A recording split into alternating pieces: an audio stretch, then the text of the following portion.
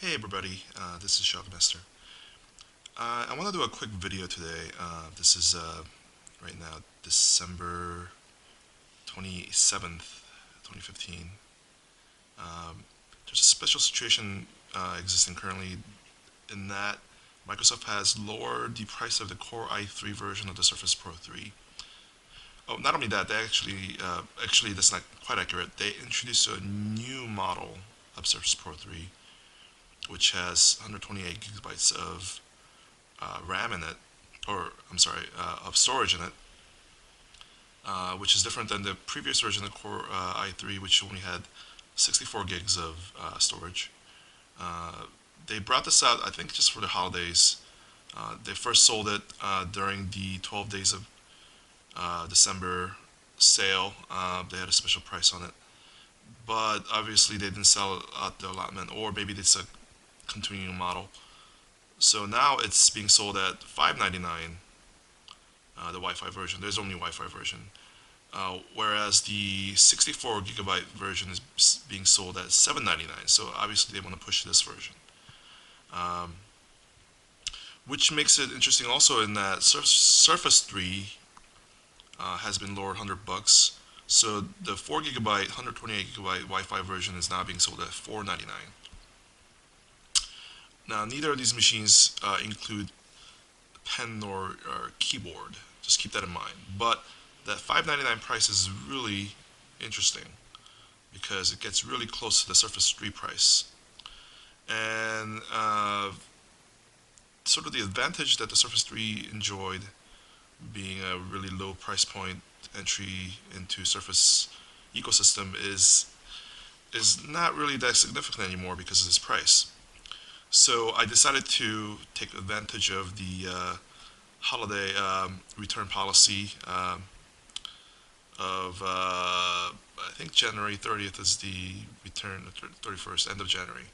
You can return without a recycling fee. So I purchased the $599 Surface Pro 3 Core i3 version. Um, pre- I think I'm gonna replace the Surface 3 with this version. I was hesitant previously to get the 64 gigabyte version because it was just not enough storage for me.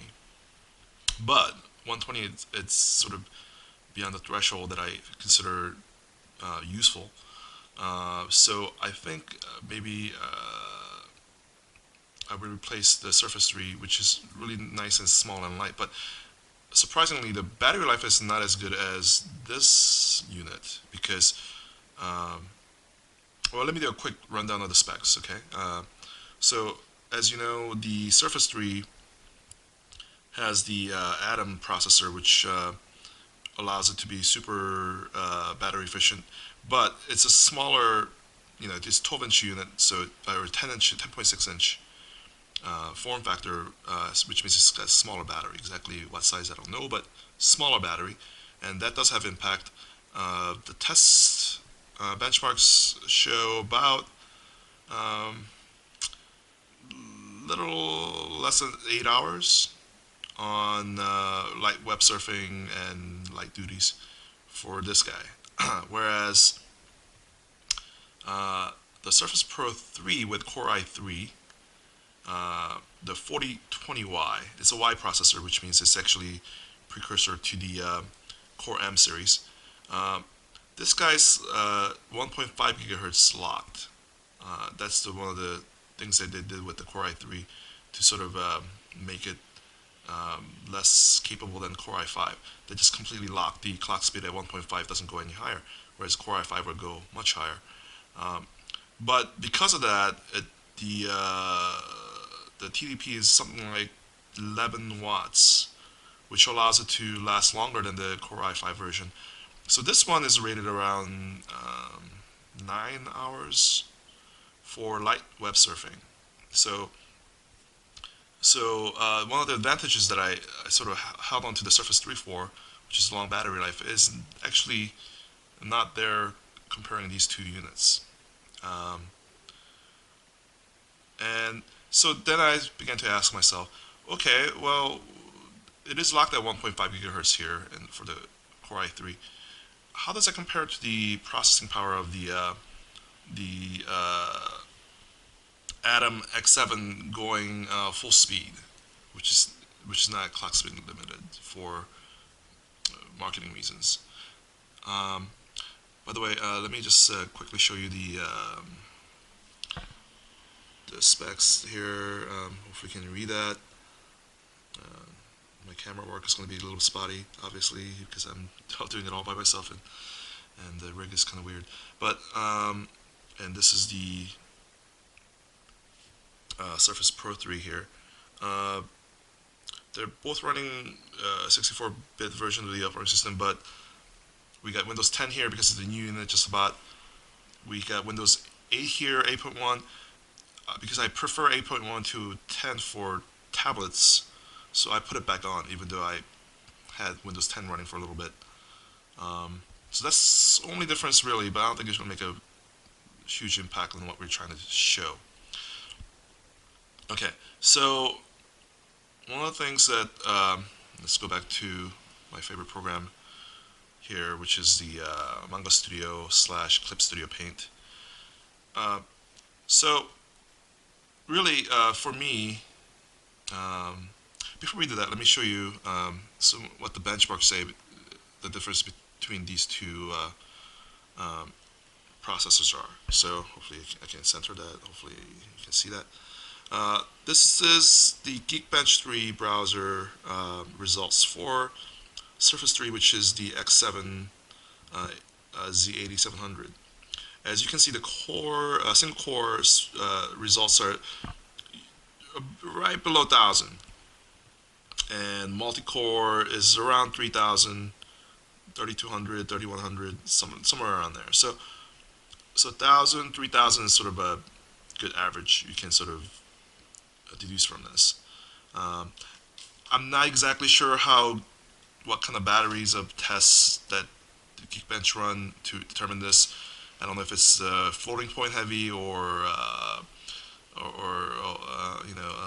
integer heavy. I don't exactly know, but this at least gives us some kind of baseline to figure out um, what we're talking about here.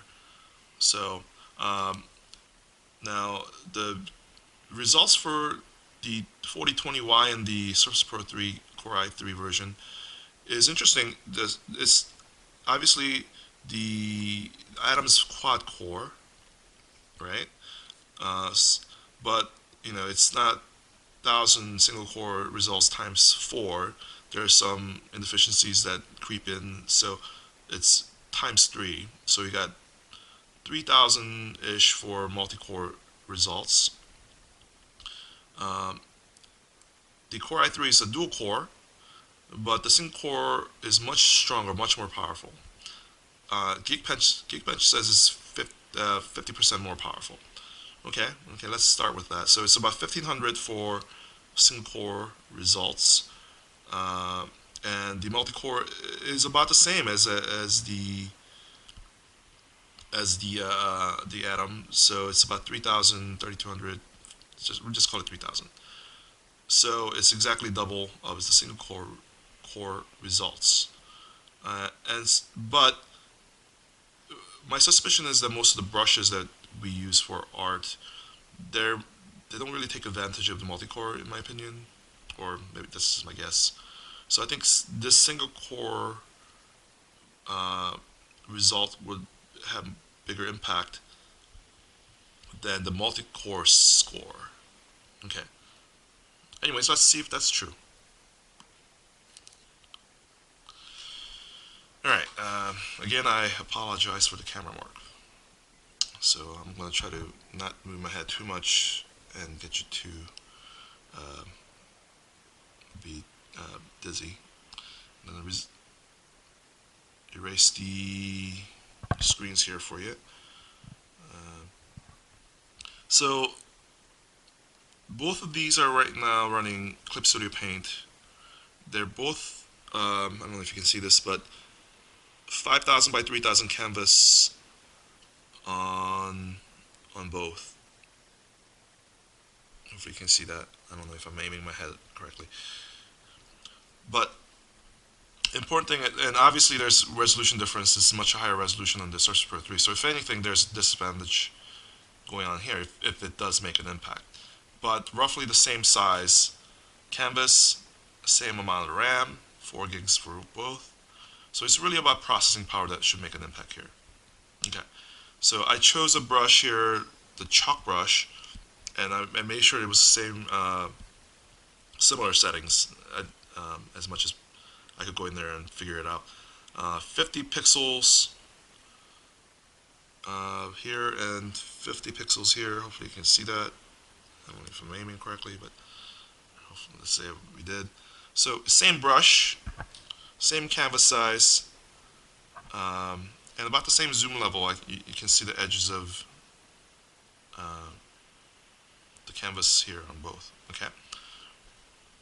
So, and we're using the same pen, which is the uh, you know DualSense 2 pen that came with Surface Pro 3 and Surface 3. Okay, and we're back to the good old circle test. So I'm going to do fast circles here. And I don't know if you can see that. With the Surface 3 here, there's quite a bit of um, misshapen. Uh, it's basically polygons being displayed here. So instead of being smooth circle, it takes a quick turn here, turn here, turn here. So it's quite misshapen here. On the Surface Pro 3 Core i3, it's much better, much smoother. See that? There's no severe polygoning. It's quite smooth. I don't know if you can see that. Let's try that again. Let's go faster.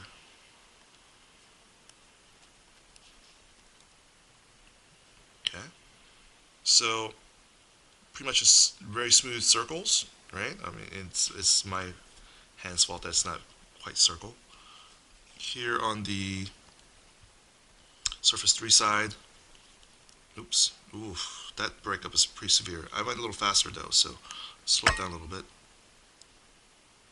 Yeah, still breaking up, right? So you see those really wobbly.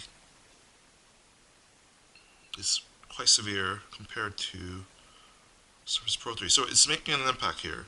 The 50% better score on the Geekbench 3. Let me try that again.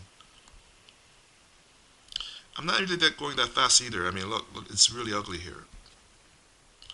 So there is a difference. Definitely, you'll feel it. Now, what I didn't realize also is that this makes an impact, and this is going to be hard to show in the video, but um, this is the same pen here, and it's the same digitizer sensor on both. They're both DualSense 2, but it makes quite a bit of impact on pressure sensitivity. So when I try to be subtle here on the Surface 3, the initial uh, pressure that I need to make feels much higher, and it's not a smooth, gradual sort of difference between the pressures. The same pen, same digitizer on Surface Pro 3. It's much easier for me to get subtle with the brush stroke, so I can sort of vary the pressure much easier. Same program, same pen, same digitizer, but the processing power makes a difference. This is something that's hard to show on video, but you're going to have to just trust me. It's much harder for me to get all the various levels of pressure shown on the Atom processor than on the Core i3. I can be much more subtle. So, big lesson here is that processing power makes a big difference on pressure sensitivity. Okay, it's not just the pen. It's not just the hardware that on the digitizer. It's actually the CPU processing power that makes big impact in this case, actually. Okay, let's try some more brushes. Let's go here to, okay, that's India ink smooth, 30 pixels.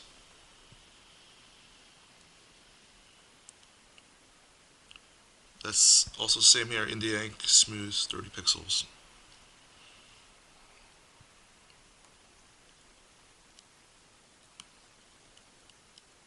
You can see it's a little bit of slowdown, a little bit of jaggedness over here.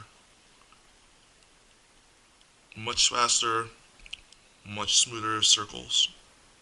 So it's the same story as the other brush. Let's try airbrush, big airbrush. We have 700 pixels of soft airbrush. We have soft airbrush, 700 pixels. I'm going to zoom out for this one.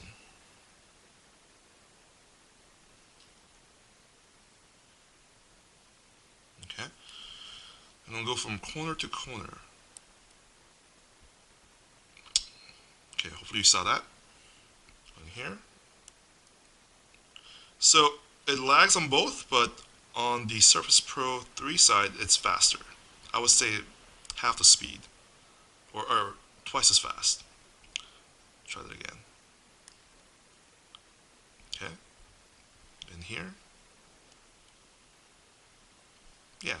So you can definitely see the difference in speed.